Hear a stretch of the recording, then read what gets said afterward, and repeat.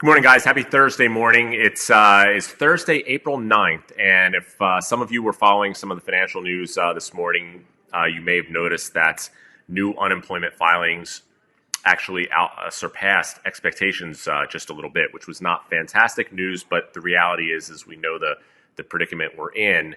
And I just wanted to look closely at exactly what the unemployment predicament we're in and how it will impact home sales as we move further through 2020. And the position that we're in is such that all we can really do is look at the reality of the situation, the reality of the circumstance, and apply that to how we believe the rest of the year will go, and then also look at past experiences where we had high unemployment and what those impacts were on housing. So I'm going to share my screen, and what I am looking at here is, what is really the history of unemployment and how it impacts. Obviously, we understand that we have a serious health issue right now, and essentially we've got a planned, organized shutdown of much of the economy, essentially to protect the health and welfare of our overall population. And it's an important exercise that we need to go through.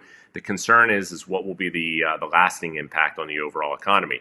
The reality is the expectation is once we get back to, and I had alluded to this in a video I did a couple of days ago, where I talked about what I felt like the timing would be of the overall shutdown. And at that time, I said that I felt that the shutdown would end somewhere to the tune of May 1st, but that it would then take another couple of months, and we wouldn't even necessarily feel normal until we got closer to September 1st, when kids would go back to school finally in a more normal process.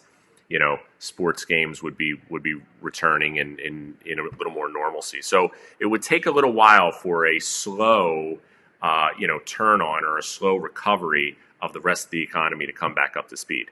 And so that's kind of been the projections of the government, of other financial institutions that are predicting the same type of a response. The expectation is how is it going to impact home sales. The reality is we recognize that this is going to be an impact on 2020.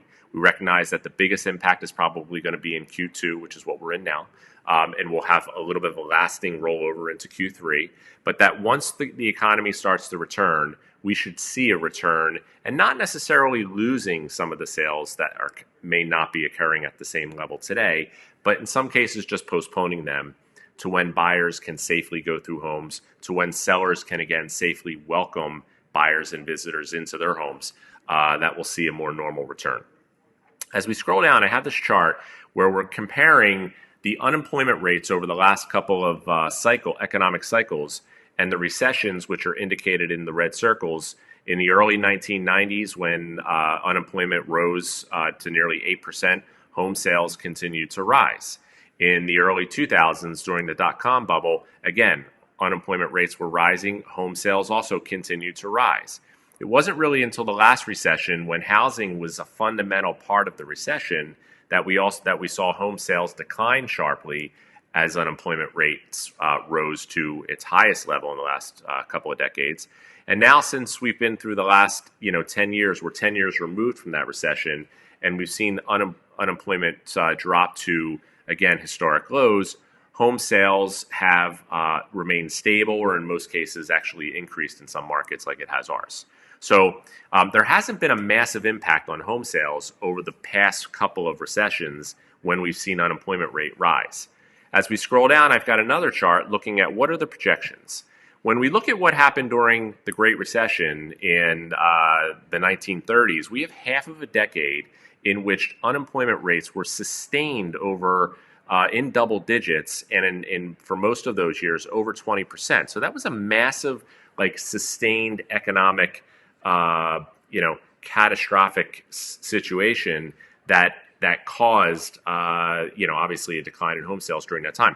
During the Great Recession, same thing. We had unemployment rates that were sustained for a great part of half of a decade at almost double digits, and didn't start to make a return. And in some markets, like our market here in South Jersey, where we have a lot of gaming and hospitality-based employment, those rates were sustained even longer into 2014, 15, 16.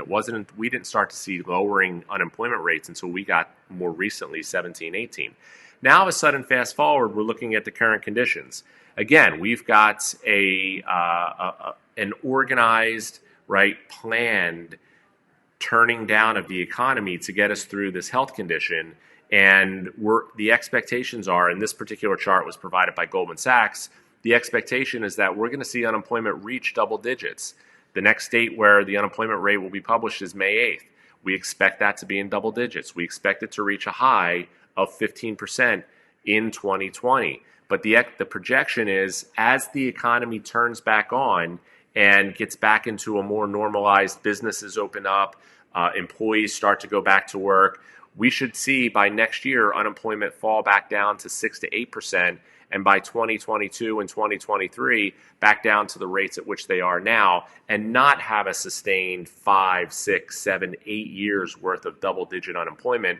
It's just not the reality right now. Our main focus right now is getting through where we are today with this epidemic and where we want to be when the epidemic is no longer a sustained systemic threat to our overall population. That's ultimately the goal of where we are right now. We're going to see things get a little bit, just like we've heard in the news, from a health standpoint, we're going to see some numbers get worse before they improve.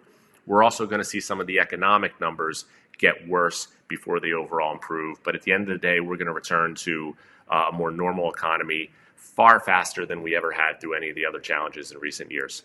I hope this is informational. If you have any questions, don't hesitate to send a direct message, call, text. As always, we want the information we provide to be the best in overall market intelligence that you guys can get, certainly as it applies to housing. Have a great day. Enjoy the rest of your Thursday. I'm going to jump on a virtual office meeting in about 10 minutes and looking forward to making the most of it. See you soon.